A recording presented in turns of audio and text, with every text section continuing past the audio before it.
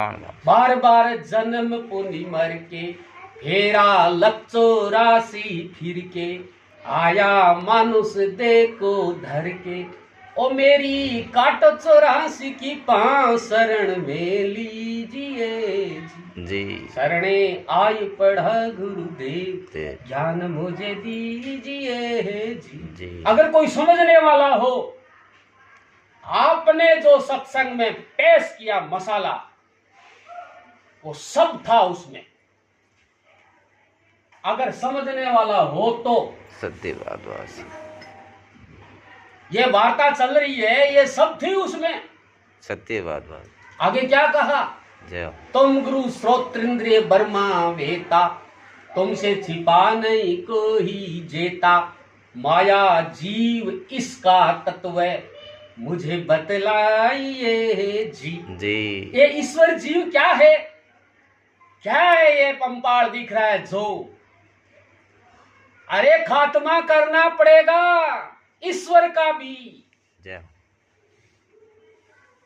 सेवकों की तो बात छोड़ दीजिए। प्रथम ये विवेक सच्चा सदगुरु खोजिए, नहीं तो मतलब भेद याते अच्छी ग्रस्त है। क्यों कि गुरु का रूप अनेक बानाधारी जगत में, भगवान कपड़ा रंग लिया, पैर लिया, जटा बढ़ा ली, दाढ़ी बढ़ा ली, मठ मंदिर में बैठ गए, ये गुरु बन गए? नहीं, ये गुरु नहीं हो सकते, ये ठगने वाले हो सकते हैं आपको। सत्यवाद। गुरु का रूप अनेक बानाधारी जगत में कैसा हो? ब्रह्मनिष्ठ गुरु पेट आप ब्रह्म शिष्य को करे कर दे। वो ब्रह्म स्वरूप आप होता है, वो शिष्य को ब्रह्म स्वरूप बना सकता है। अरे आप खुद गुलाम है, कहीं और नाक रगड़ रहा है, तेरी गुलामी कैसे छुटाएगा? नहीं छुटा भाव से नहीं छुटा सकता है। आप ब्रह्म शिष्य को करे। और कैसा होना चाहिए? वक्ता सारा सार, सार वस्तु का वक्ता होना चाहिए, निज वस्तु का, थोती वस्तु का नहीं, वक्ता सारा सार। और ये और बात आ गई इसमें, जीव ब्रह्म की एकता आई ना इसमें, वही भजन में आई, वही इसमें आ गई। जीव ब्रह्म की एकता, काटे भेद विकारता गुरु का लक्षण, ये है गुरुओं का लक्षण। सत्य।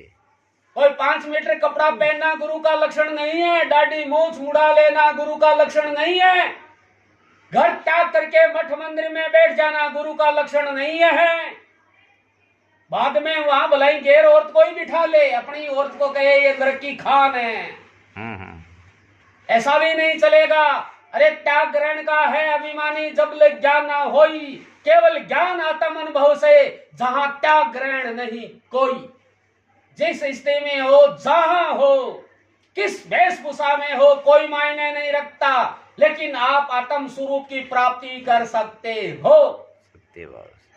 लेकिन मूर्खों ने जाल फैला दिया है। इतिहास उठा के देखो, जितने भी ऋषि मुनि होते परिवार के साथ होते। हाँ, आगे सब गृहस्थी भाव से। जितने भी ऋषि मुनि होते सब परिवार के साथ होते। अरे भगवान शंकर को देखो, पहाड़ों पर जंगल में बैठी है पार्वती संग में। विष्णु को देखो कैसी पांव दबा रही है समुद्र के अंदर भी, शेष जी के ऊपर। फिर आपकी महिला नृत्य खान कैसे हो सकती है? ये मूर्खों की कल्पना है, इसके आगे और कुछ नहीं। अरे नारी जैसा मित्र नहीं, नारी के लिए पति जैसा हितैषी नहीं। ये जोड़ा आपने नहीं बनाया है, ये कुदरत की देन है। वहां तुम नरक ढूंढते हो तो जीते जी नरक में हो, बाद में नहीं मिलेगा। जीव ब्रह्म की एकता कैसे खत्म करना पड़ेगा यहां? यानी एक राजा रेबारी होता है, राजा की सामगिरी क्या होती है? ढाल तलवार फौज सिंहासन। और रेबारी की सामगिरी क्या होती है? भेड़ बकरी, हाथ में गेड़ होता है, बस। ये सामगिरी रेबारी की है, उसकी पोशाक अलग है, राजा की पोशाक अलग है, वो सिंहासन पर है। अब दोनों की सामगिरी हटा दो, राजा की सामगिरी हटा दो और रेबारी की सामगिरी हटा दो, दोनों की एक जैसी ड्रेस बनवाओ, हम्म, दोनों को एक जैसी ड्रेस पहनाओ और दिल्ली ले जाओ, कोई नहीं कहेगा ये राजा है ये रेवारी है, कोई नहीं कर। कोई नहीं कहेगा। क्यों कि उपाधि के कारण राजा है, उपाधि के कारण रेबारी है, उपाधि के कारण ईश्वर है, उपाधि के कारण जीव है। ईश्वर की माया उपाधि हटाओ और जीव की अविद्या उपाधि हटाओ, ये दोनों खत्म। जीव और ईश्वर दोनों कल्पित है, इन दोनों को मिटाना पड़ेगा तो आप शुद्ध चेतन बचते हो। इसके अलावा और कुछ है ही नहीं, ये खेल खत्म है। लेकिन ऐसे कोई विद्वान फकीर मिले तब बात बने। मने भाव से। एक लट भंवरे का उदाहरण नहीं देते हो, हाँ, हर सत्संग में दिया जाता है। हर सत्संग में दिया जाता है। हम्म, लट को भंवरा उठाएगी, मिट्टी के घर में बंद करेगी, गुंजार करेगी, फिर तोड़ेगी, क्या उसमें लट निकलेगी? नहीं, भंवरा आकार बदल जाएगा उसका। अरे गुरु बन गए, मठ मंदिर अपना लिए, सन्यासी बन गए, फिर भी उसका घंटा हिलाना नहीं बंद हुआ। नहीं।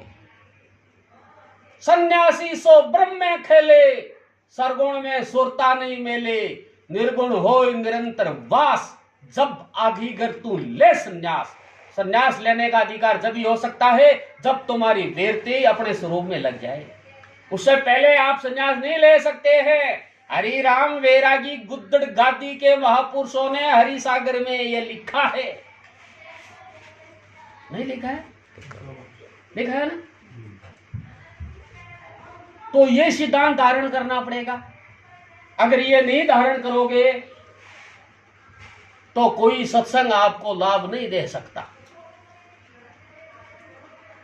मंगल कौन सा चल रहा था? वस्तु निर्देश, निर्गुण और सरगुण। सरगुण वस्तु तीन गुण सहित हो। आपके अंदर तमोगुण आएगा तो हम आंख से पहचानेंगे, हाँ, आंख लाल हो गई तो समझ आता आठा पड़े। सतोगुण में ही पहचान होती है, यह शांत चित्त है, आत्मा का चिंतन कर रहा है। और रजोगुण में पहचान हो जाएगी, माया का पसारा कर रहा है, माया की बढ़ोतरी कर रहा है।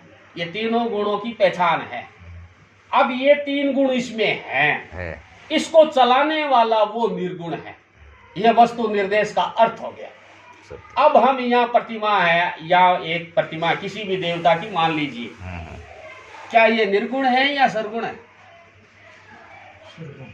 सरगुण।